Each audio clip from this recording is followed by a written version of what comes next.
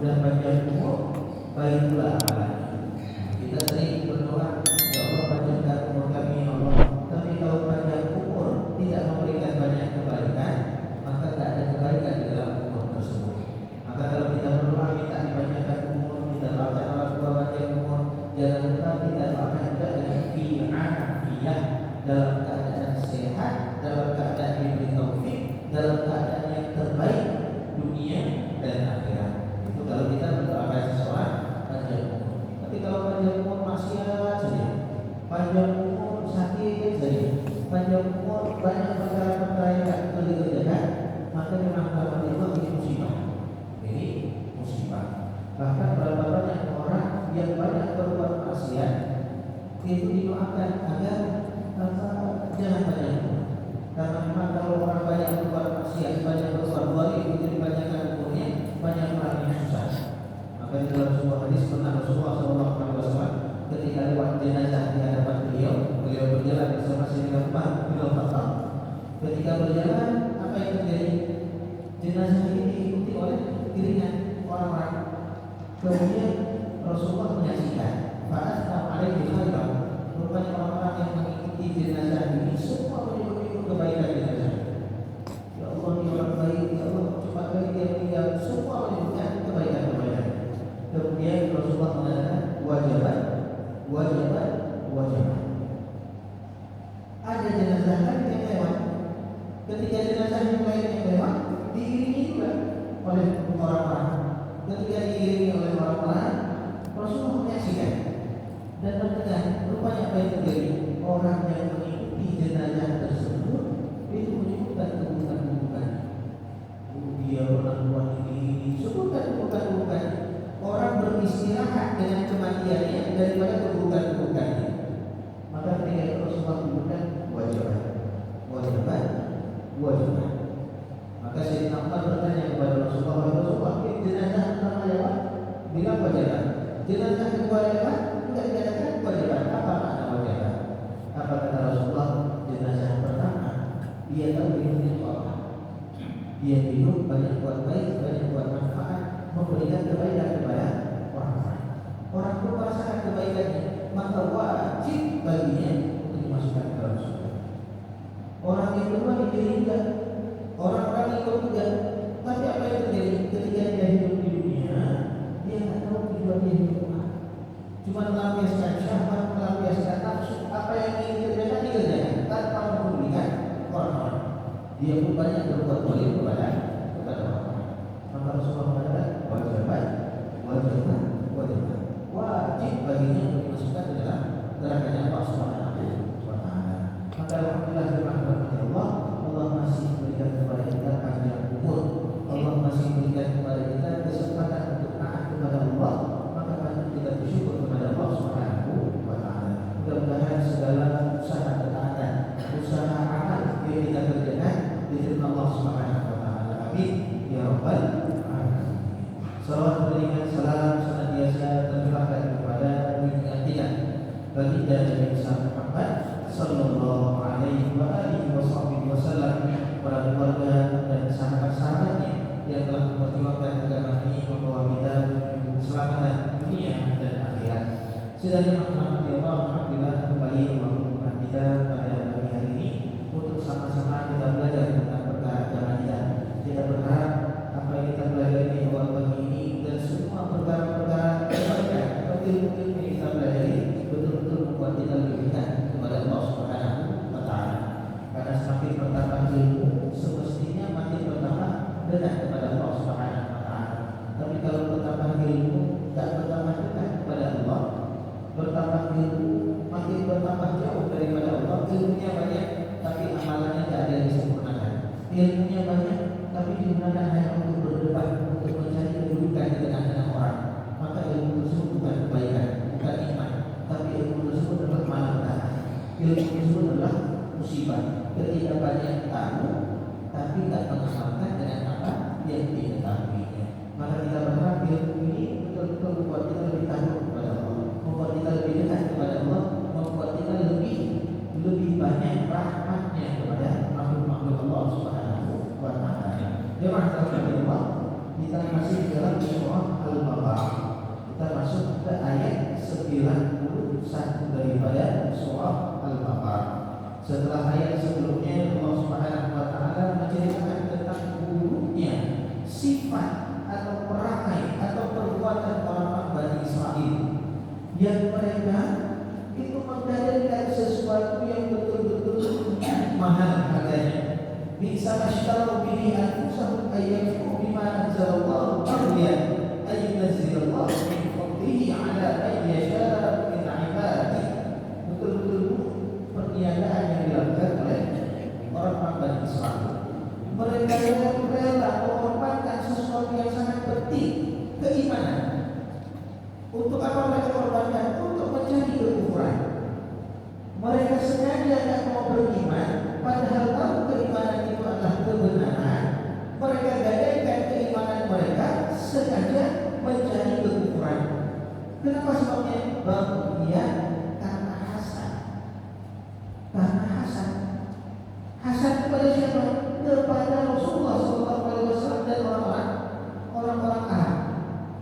Hasad mereka. Ini hasad, masya Allah, orang kalau kena penyakit hasad nggak bisa menikmati dunia, nggak bisa menikmati dunia. Kalau udah kena penyakit hasad, berat betul. Kalau hidup di dunia nggak bisa menikmati. Dia punya harta sebenarnya bisa dinikmati, tapi gara-gara orang lain punya harta, susah dia menikmati. Terpikir saja punya orang lain, punya orang lain, punya orang lain. Dia punya keluarga, orang lain punya keluarga. Sebenarnya dia bisa menikmati dengan keluarganya, tapi gara-gara hasad dengan keluarga orang lain, tak bisa menikmati nikmat yang ada. Orang kalau sudah tidak penyakit hasad, dunia yang lapang itu rasa sepi betul, sepi betul.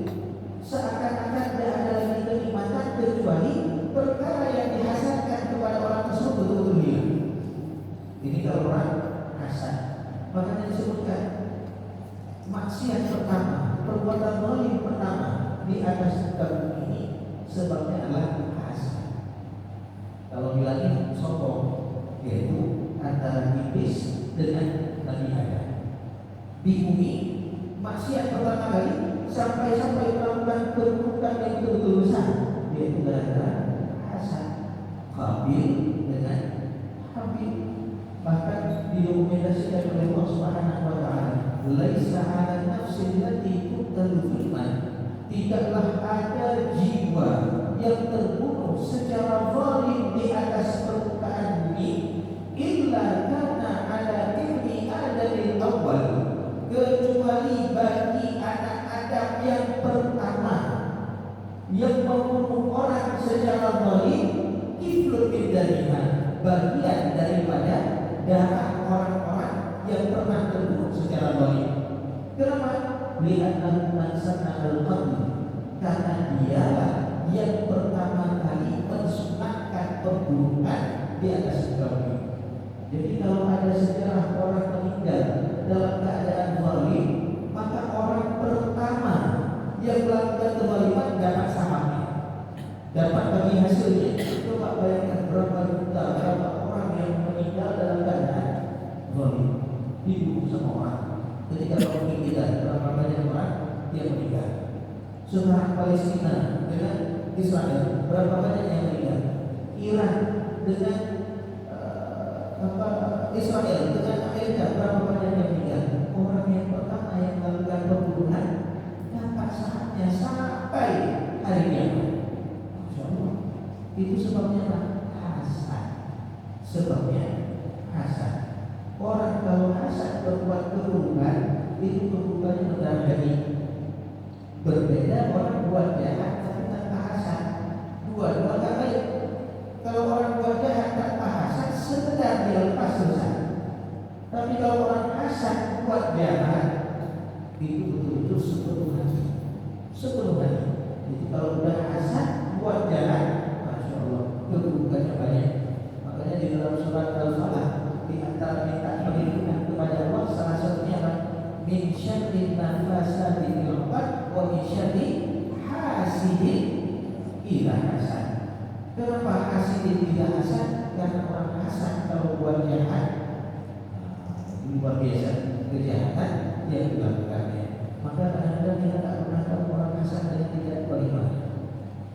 ketika dapat nikmat, maka jangan terlalu kita menampakkan nikmat yang Allah berikan kepada kita tujuannya untuk berbangga-bangga dengan. Tapi kalau kita dapat nikmat, kita gunakan nikmat tersebut juga untuk bisa berbagi dengan orang lain.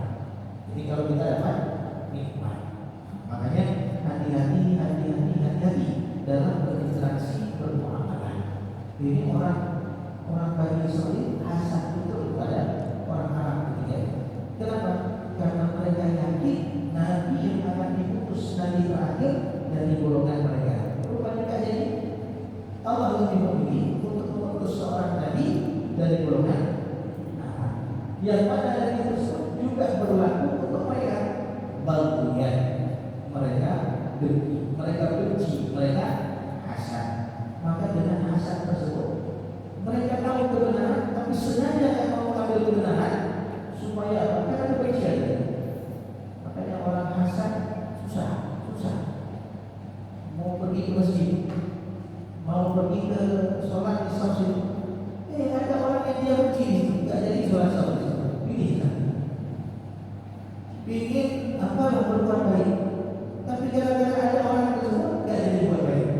Alah, kalau ada dia jangan pergi masjid. Oh, kalau ada dia jangan pergi sholat. Oh, kalau dia pergi situ saya tidak mau pergi. Meninggalkan sesuatu yang baik gara-gara apa? Gara-gara hasad dengan seseorang. Makanya minta sama Allah agar Allah bebaskan kita dari penyakit hasad. Kalau kita lihat di dalam kitab Hidayah, itu semua penyakit hati muaranya kepada tiga. Di antara tiga itu apa? Hasad. Apa sih yang paling perlu kita jaga daripada penyakit hati? Sombong, ria, hasad. Ini betul-betul perlu kita jaga. Nah, ini sebab kenapa Bani Israil meninggalkan kebenaran padahal mereka tahu lebih condong sengaja melakukan keburukan gara-gara baghya al-munazzilallahu min fadlihi ala man yasha'u min ibadihi. Gara-gara sebab apa? Fabal bi ghadabin ala Allah. Mereka mendapatkan murka di atas murka Allah Subhanahu wa taala, walil kafirin a'la'u dan bagi orang-orang kafir yaitu mereka dan semua orang-orang kafir anggapnya betul-betul menghinakan. Kita masuk ke dalam ayat yang baru. Qala Allah Ta'ala, a'udzubillahi minasyaitonir rajim. Wa idza qila lahum aminu bima anzalallah, dan apabila dikatakan kepada mereka aminu bima anzalallah, berimanlah kalian kepada apa yang telah Allah turunkan. Jemaah Allah Subhanahu wa taala, di dalam ayat ini Allah Subhanahu wa taala perintahkan bagi Rasulullah sallallahu alaihi wasallam untuk menyampaikan pesan kepada Bani Israil yang hidup di zaman beliau. Siapa lahum di sini? Dan apabila dikatakan kepada mereka, siapa mereka di sini? Mereka di sini adalah lil yahud wa amsal min ahli kitab, yaitu orang-orang Yahudi dan orang-orang yang seperti mereka daripada ahlul kitab. Yaitu yang beriman kepada kitab-kitab terdahulu. Apa kata Rasulullah kepada mereka? Ini masih cerita tentang Bani Israil di zaman Nabi Musa. Tapi kenapa Rasulullah sampaikan? Kan tidak ada lagi Bani Israil yang ada di zaman Musa. Mereka menyembah patung, mereka betul-betul membunuh nabi-nabi yang diutus kepada mereka. Rasulullah disuruh ceritakan tentang kisah nenek moyang mereka kepada keturunan-keturunannya, yaitu yang hidup di masa Rasulullah SAW, yaitu orang-orang Yahudi yang ada di Madinah. Dan apabila dikatakan kepada mereka, aminu bima anzalallah, berimanlah dengan apa yang telah Allah Subhanahu wa taala turunkan. Apa yang diturunkan oleh Allah? Ada yang maksudnya daripada para ulama, yaitu Al-Quran. Berimanlah kalian kepada Al-Quran. Ada yang mengatakan apa yang telah diturunkan oleh Allah adalah Nabi Muhammad, yang mana Nabi Muhammad ini menyampaikan kepada kalian Al-Quran. Berimanlah kepada apa yang telah diturunkan oleh Allah Subhanahu wa taala. Wasabiqu wattabi'u, dan kalian hendaklah mengikuti mengikutinya, beriman kepadanya, mempercayai apa yang telah Allah turunkan kepada mereka. Apa yang mereka katakan? Nu'minu bima unzila alaina. Kami cukup beriman dengan apa yang diturunkan kepada kami. Quran kami tidak mau beriman.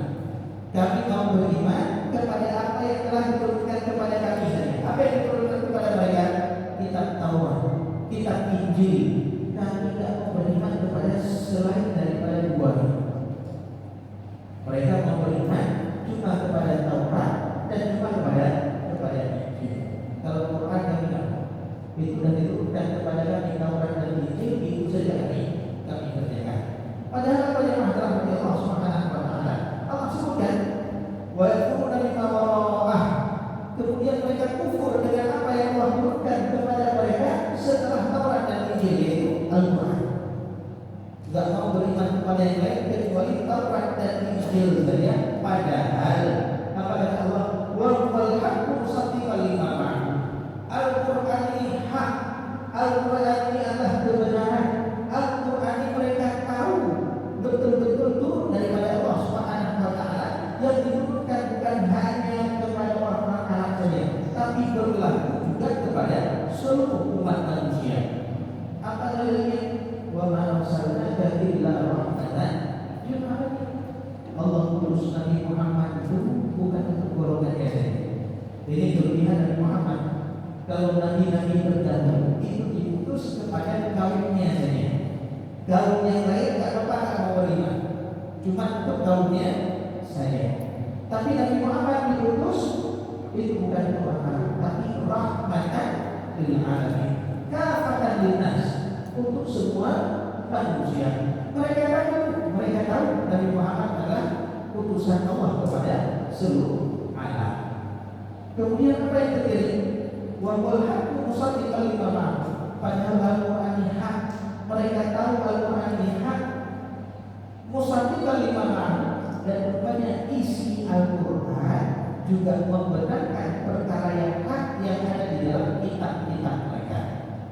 Jadi isi Al-Quran dengan isi yang mereka imani daripada Taurat dan Injil, kebenarannya adalah sama. Jadi semua kebenaran itu yang ada di dalam Al-Quran atau di dalam kitab Taurat dan Injil yang merupakan perkara hak, itu dikuatkan oleh Al-Quran Al-Karim.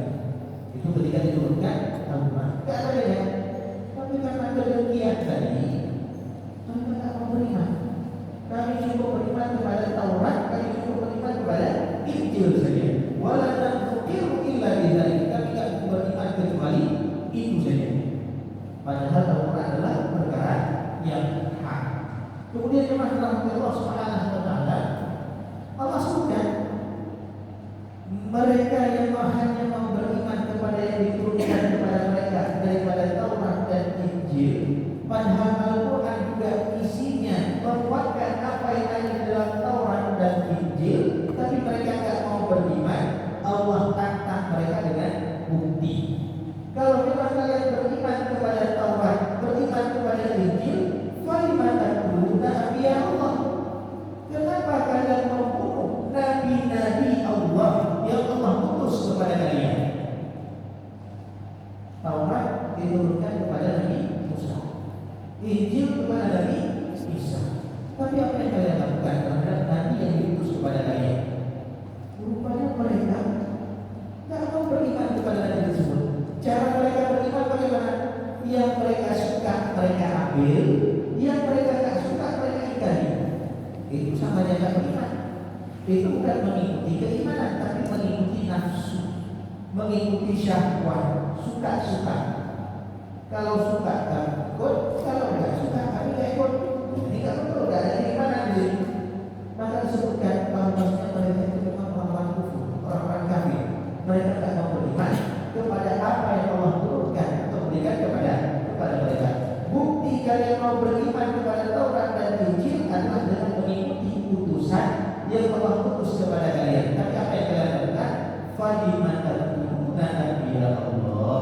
Kenapa kalian membunuh nabi-nabi Allah, utusan-utusan Allah yang Allah utus kepada kalian?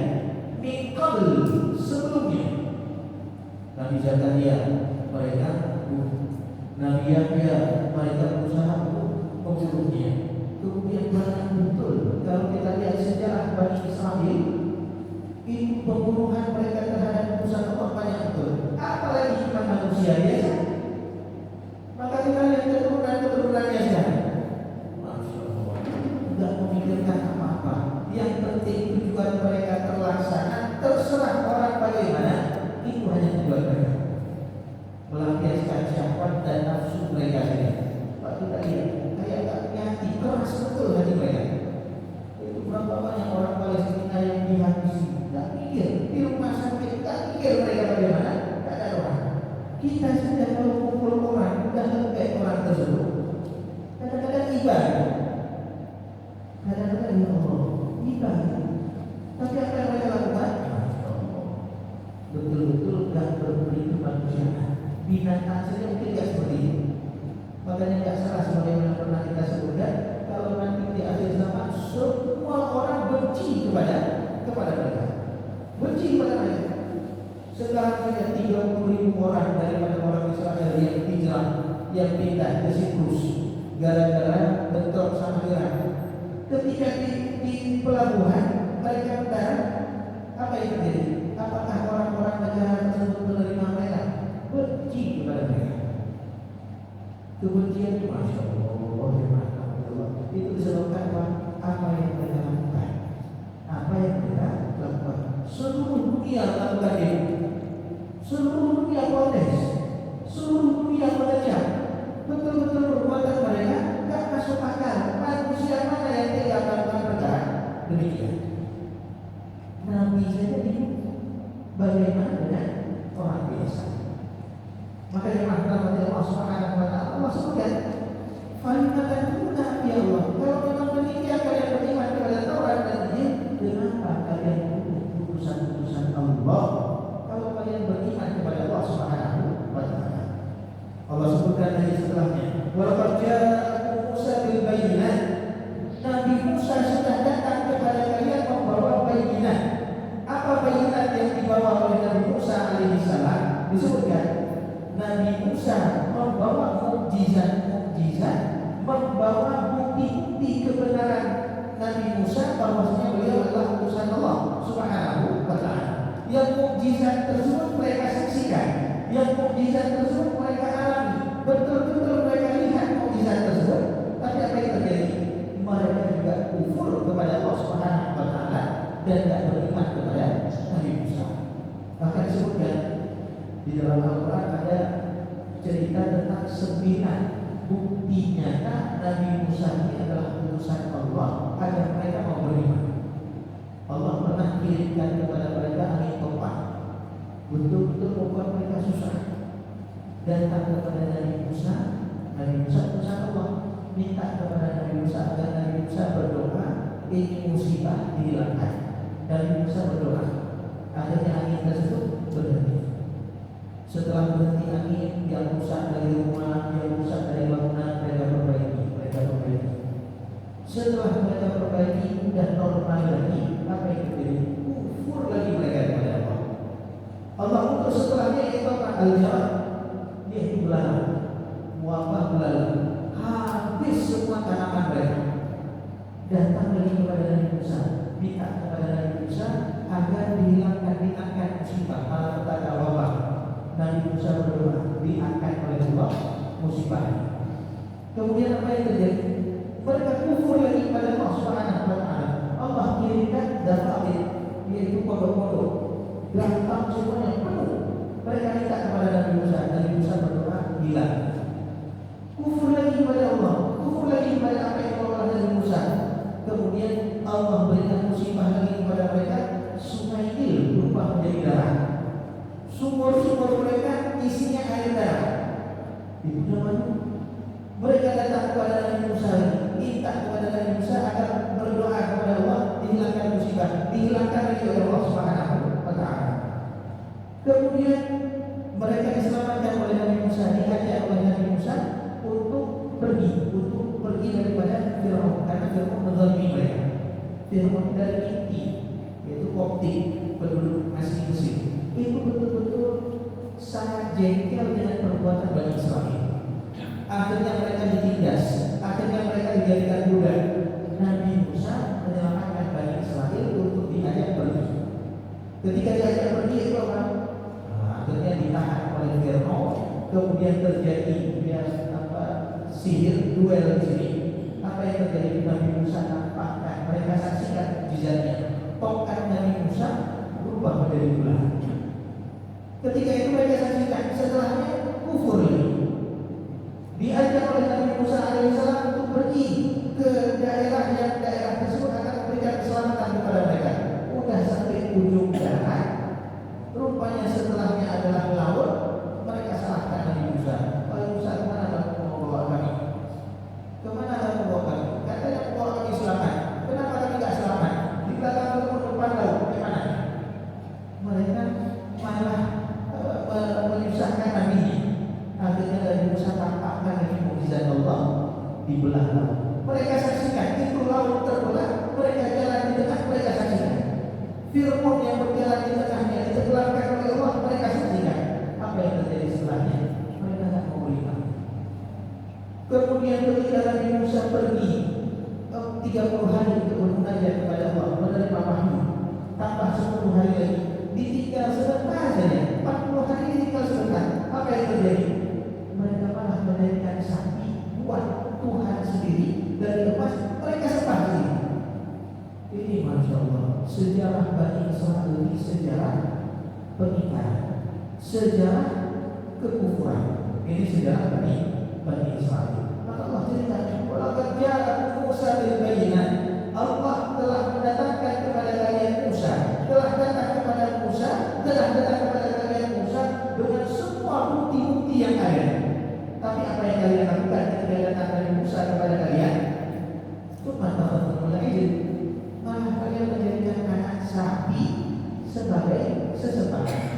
Jadi orang Bani Israel itu buat sapi dari emas ini. Dari mana emasnya?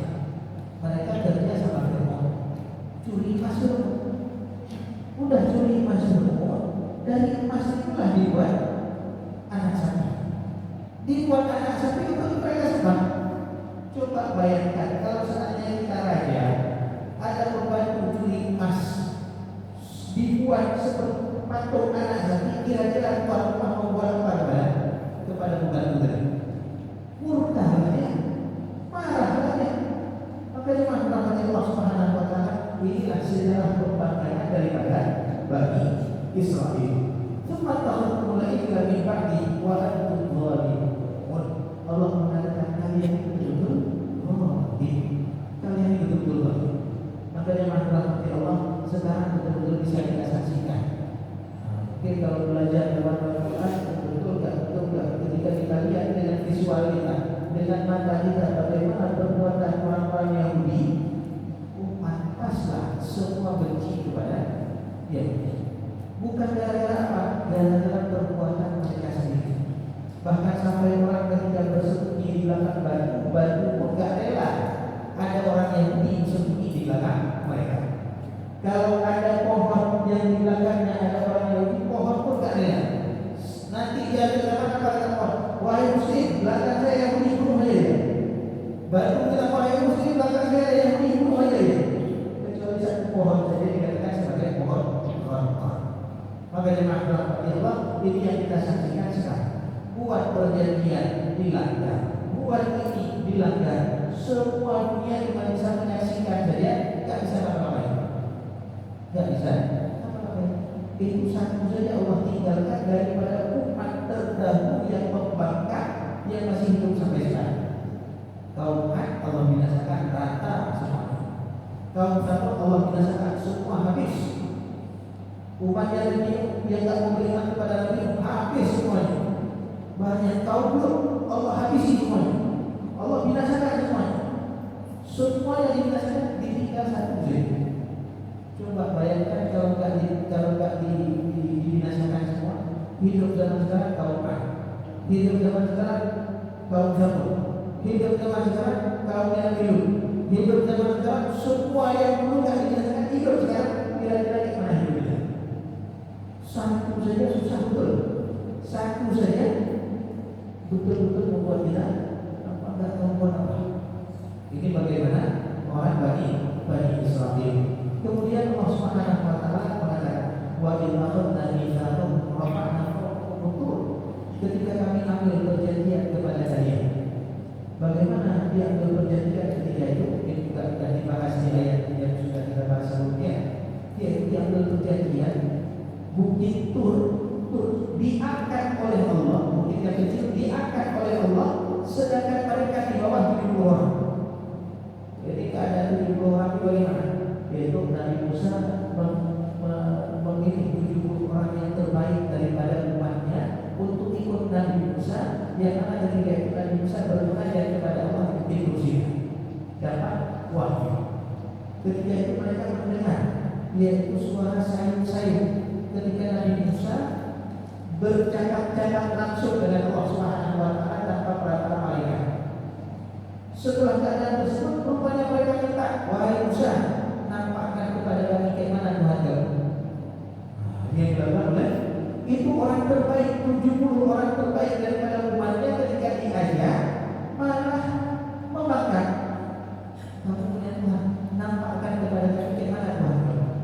Akhirnya Allah tegur, semuanya pingsan, mati semua, dihidupkan kembali. Ketika dihidupkan kembali, Allah ambil persaksian, perjanjian kepada mereka. Nggak mau juga, akhirnya diangkat gunung di atas mereka sambil mereka sujud. Tapi sujudnya seperti yang tadi kita sebutkan, pipinya ke tanah, satunya pipi lagi di atas, takut jatuh gunung. Baru mereka percaya. Wa in akhadna mitsaqakum wa rafa'na fawqakum al-tur khudhu ma atainakum biquwwah. Ambillah apa yang telah kami berikan kepada kalian daripada ayat-ayat, daripada kitab Taurat ini dengan betul-betul kuat. Karena apa? Betul-betul pegang dengan kuat isi daripada kitab Taurat. Wasma'u, dan dengarkanlah, patuhilah apa-apa yang telah diturunkan. Qalu, apa yang mereka lakukan? Sami'na, ya kami mendengar. Tapi apa mereka katakan? Mereka bilang wa asaina, tapi kami bermaksiat. Kami dengar, tapi patuh kami tidak mau. Ini yang dilakukan oleh Bani Israil. Coba bayangkan kita kalau gunung Selawah diangkat di atas kepala kita, kemudian kita diambil janji jangan gunung Selawah, kita ditodong sama orang saja, kemudian disuruh kita berjanji, kita mau berjanji dan betul-betul teringat karena ancamannya akan kematian. Ini gunung diangkat, tapi mereka bilang sakitna, kami mau mendengar, tapi kamu tidak mau tahan. Kami bermaksiat. Wa usyriku fi qulubihimul ilm. Mereka betul-betul dibuat oleh Allah gara-gara kekufuran mereka, yaitu suka untuk menyembah, lebih suka menyembah anak sapi daripada Allah Subhanahu wa taala. Qul, katakanlah oleh Muhammad, bisa saya bihi iman betapa buruknya yang diajak daripada keimanan kalian. Keimanan kalian lebih menyembah kepada selain Allah itu betul-betul amat sangat. Maka dimaksudkan oleh Allah Subhanahu wa taala, ini cerita Allah ceritakan kisah-kisah pembangkangan daripada Bani Israil ini. Allah ceritakan kepada kita agar kita yang datang setelahnya, kita ini yang umatnya Nabi Muhammad, jangan mengikuti jejak mereka. Jangan sampai ayat-ayat yang Allah berikan kepada kita sami'na, kami juga dengar. Oh, tapi kalau betul lakukannya enggak. Jangan seperti itu. Tapi sami'na wa ata'na. Para sahabat radhiyallahu anhum ajma'in, kalau sudah keluar dari lisan Rasulullah sallallahu alaihi wasallam, mereka langsung berlepas. Mereka ikut apa yang disampaikan oleh Rasulullah sallallahu alaihi wasallam walaupun berat. Ini keadaan para sahabat. Mereka betul-betul takut kalau menyalahi apa yang diceritakan oleh baginda Rasulullah. Bahkan ada seorang sahabat yang namanya disebutkan ketika Rasulullah bilang kepada sahabatnya, duduklah kalian. Sahabatnya bukan di hadapan Rasulullah, lagi di luar, lagi jalan. Kalau terpaksa lagi di luar. Rupanya terdengar suara Rasulullah, duduklah kalian. Rasulullah bilang, beliau yang di luar ini duduk. Ibarat dipakai mic misalnya. Saya bilang dengan orang yang bilang, tolong tenang, tolong diam, duduk semua. Itu yang di jalan yang dengar itu duduk saja. Ketika selesai Rasulullah kasih nasihat, Rasulullah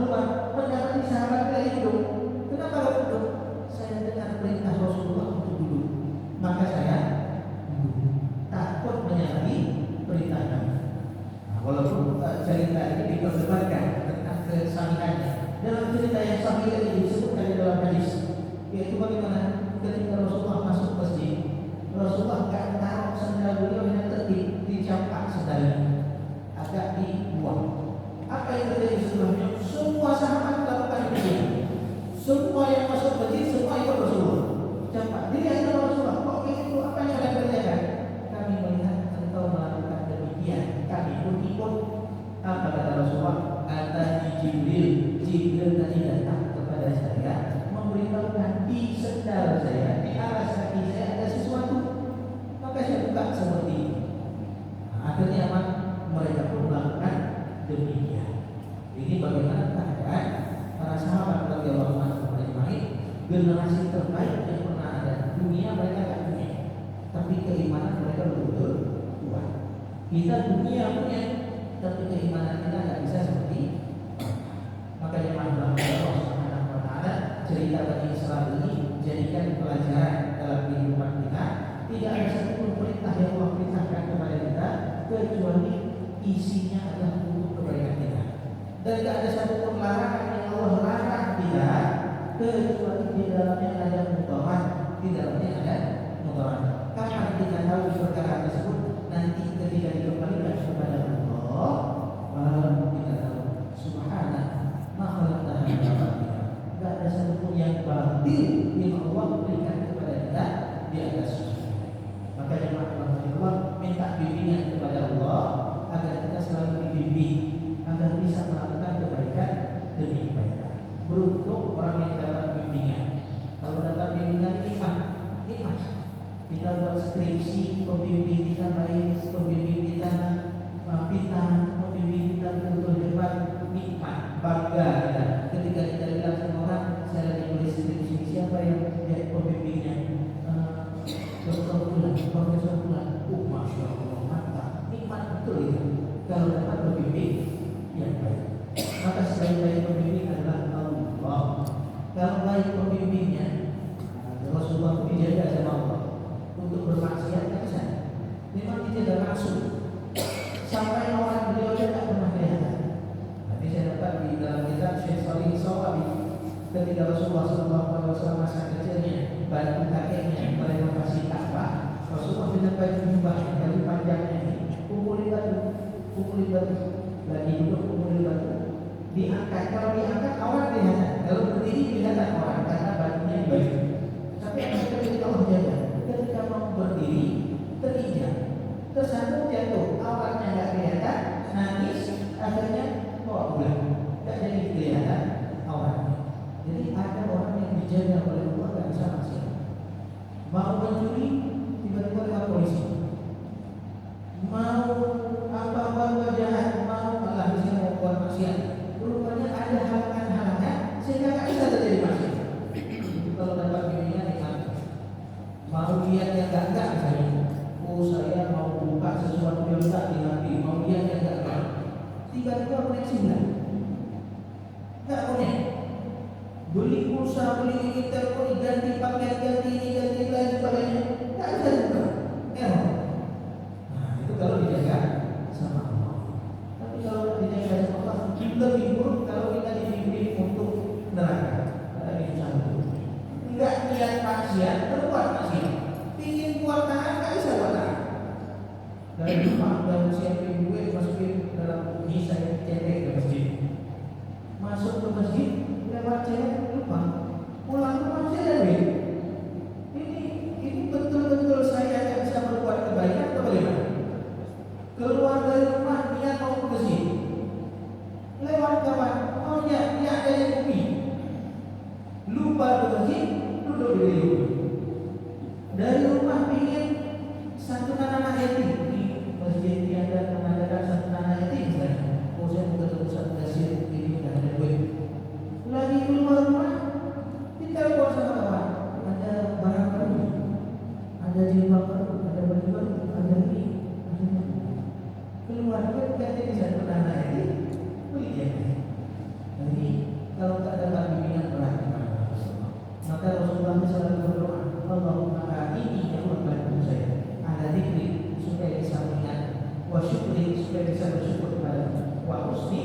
ibadati, supaya bisa beribadah dengan baik kepada Allah Subhanahu wa taala. Maka jemaah rahmatullah, kita jadikan pelajaran dalam kehidupan kita, mudah-mudahan Allah selalu membimbing kita kepada kebaikan-kebaikan bagi kita dunia dan akhirat. Amin ya rabbal alamin. Kita ambil dalilnya jemaah rahmatullah.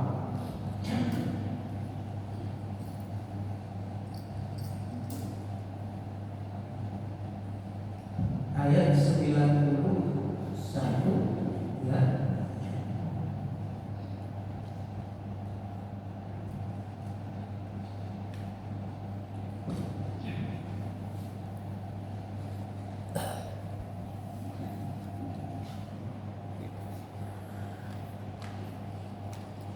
Saya baca, ikuti sebelumnya. A'udzu billahi minasy syaithanir rajim. Sama-sama. A'udzu billahi minasy syaithanir rajim. Bismillahirrahmanirrahim.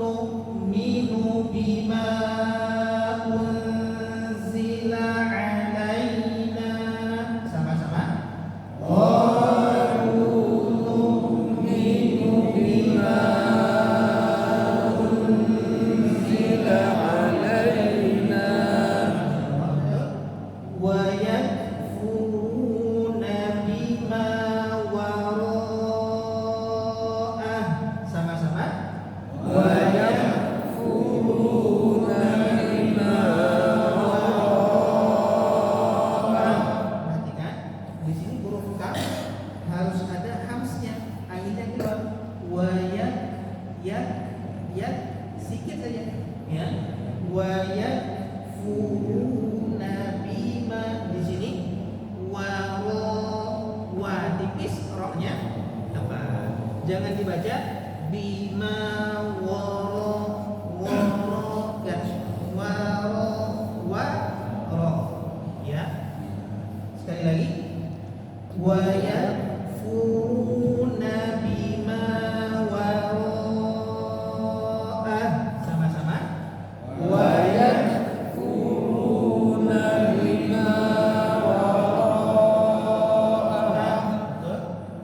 wa huwal haqqu musaddiqan lima ma'ahum, sama-sama wa huwal haqqu musaddiqan lima.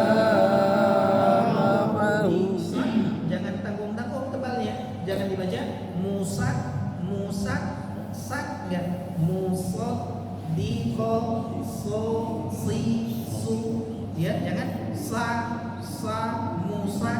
Nah, tapi musad diqo, kita sering bilang 7 huruf yang sering kita ulang-ulang, ho so bo wo to ho. Ini semuanya merupakan huruf istilah yang wajib tebal. Tebal itu bukan ganti A, jadi saso, tato, enggak. Tapi bagaimana tebal itu adalah si manun yang talil harfa fayam talikul fa bisoda, yaitu ketika kita baca huruf-huruf tersebut pangkal lidah kita naik jadi gemuk, kemudian mulut kita penuh dengan gaung, dengan suara. Jadi ketika dibaca bukan to, solihin, bukan solihin, bukan ganti A. Jadi mungkin pertama kali belajar seperti ganti A jadi tapi kalau terus belajar dapat nanti bagaimana mesti kita baca huruf-huruf yang tebal ini. Jadi jangan dibaca musaddiqo, tapi musaddiqo itu huruf shad. Kita lanjutkan. Qul falima taqtuluna anbiya Allahi min qabl. Sama-sama. Qul falima taqtuluna anbiya Allahi min qabl. Ya, qabl. Ya, ini in kuntum mu'minin. Sama-sama. In kuntum mu'minin. Kuntum sebagaimana kita sebutkan, ku dhamma monyong mulut. Ku ketika nun sukun kembali tenang mulutnya. Jadi kembali seperti biasa. Ketika tu monyong lagi karena dhamma. Jadi dibaca bagaimana? Kuntum. Jangan dibaca kuntum. Enggak selalu monyong. Ketika sukun kembali seperti biasa. Ya. In kuntum mu'minin. Itu apa? Harokat fathah. Bukan harokat dhammah monyong, harokat kasrah turunkan. Selanjutnya wa laqad ja'akum Musa bil bayyinat. Sama-sama. Wa laqad ja'akum Musa bil bayyinat. Wa laqad ja'akum Musa bil bayyinat. Sama-sama. Wa laqad ja'akum Musa bil bayyinat. Ini ditekan sedikit di atas it. Bil bayyi, jangan bil bayyinat, tapi bil bayyinat. Ada nafrahnya di huruf ya. Selanjutnya tsumma takhadtumul ijla min ba'di. Sama-sama. Tsumma takhadtumul ijla min ba'di. Wa antum zalimun. Wa antum zalimun. Wa antum zalimun. Wa antum zalimun. Di sini sedikit di ikhfa kita udah sering ulang-ulang. Ketika nun ketemu dengan ta, ikhfa, nunnya disamarkan. Jadi lidahnya enggak menempel di tempat nun, enggak dibaca wa antum, tapi wa bukan an. Ini lidahnya enggak menempel di tempat nun, tapi siap-siap dengan huruf ta. Bukan an. Ya. Kemudian yang kedua, dha. Dha ini sifatnya rakhawah, mengalir suaranya. Jangan terbaca bolimun, bo enggak. Ya.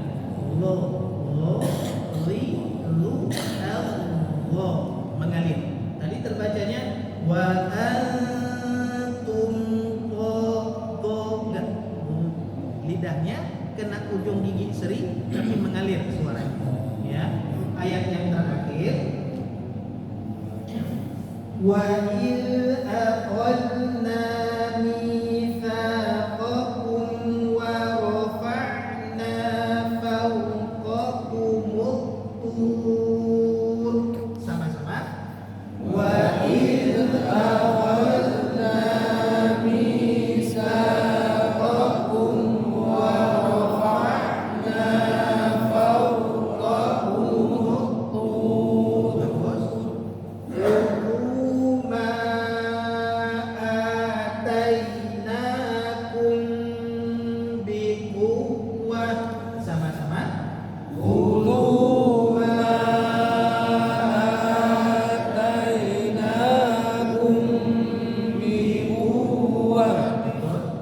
wawunya ditekan sedikit, bikuwa,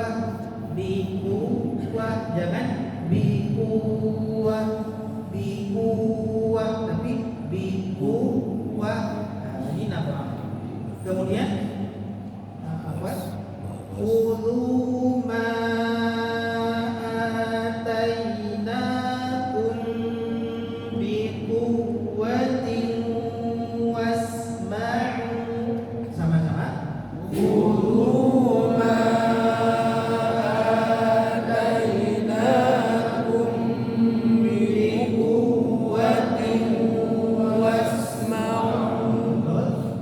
Qalu sami'na wa 'asayna. Sama-sama.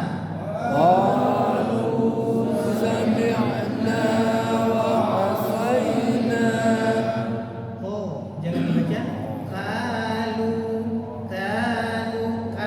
kan. Ko tebal. Ini huruf ko dibaca tebal, jangan kalu, tapi huruf ko huruf istiqlal. Kemudian wa usyribu fi qulubihimul ijla bi kufrihim. Sama-sama. Wa usyribu fi qulubihimul ijla bi kufrihim. Betul. Qul bi'sa ma ya'murukum bihi imanakum. Sama-sama. Qul bi'sa ma ya'murukum bihi imanukum. Sekali lagi. Qul bi'sa ma ya'murukum bihi imanukum. Sama-sama. Qul bi'sa ma ya'murukum bihi imanukum. Ya. In kuntum mu'minin. Sama-sama. In kuntum mu'minin. Ini 3 ayat dari surah Al-Baqarah ya. Ibu silakan lanjutkan. Udah silakan. Oke, insyaallah sudah sih.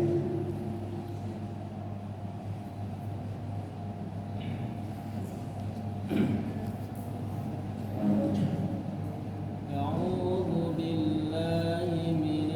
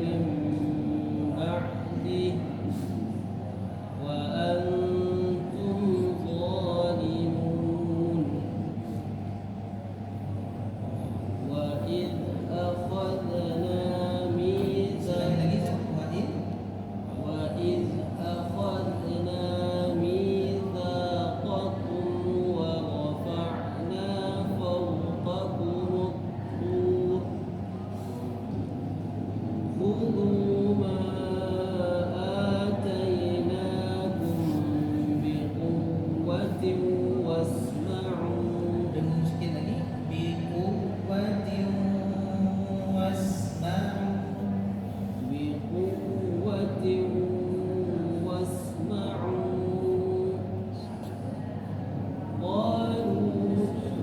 قالوا سمعنا وعصينا وأشربوا في قلوبهم العجل بكفرهم قل بئس ما يأمركم به إيمانكم إن كنتم مؤمنين. Masya Allah, bagus bacaan.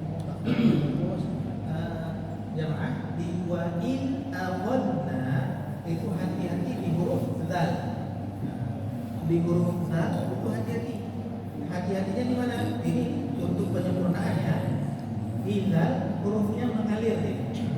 Hurufnya rafawa mengalir. Jangan sampai ketika dibaca kita tahan. Contoh wa in aghadna itu kita tahan. Zalnya wa in aghadna il mengalir. Jangan wa in aghadna kita tahan. Il mengalir. Akhor juga mengalir. Nah, hati-hati yang kedua ini dengan pantulan, dengan qalqalah. Contoh wa in akhadna ya akhadna. Ini di huruf zal. Karena enak nih, kita pantulin enak di huruf zal. Wa in akhadna. Nah, ini wa in akhadna itu di huruf zal. Jangan masya Allah. Pak Wan mau baca Pak? Ya silakan Pak Wan. أعوذ بالله من الشيطان الرجيم بسم الله الرحمن الرحيم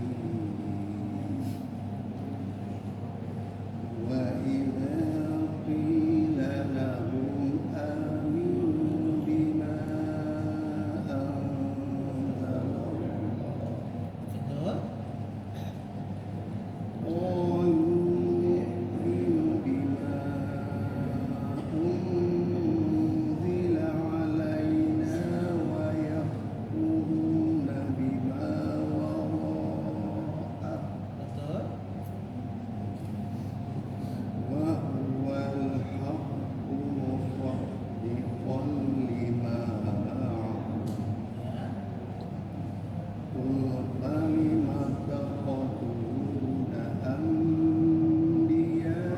أنبياء الله من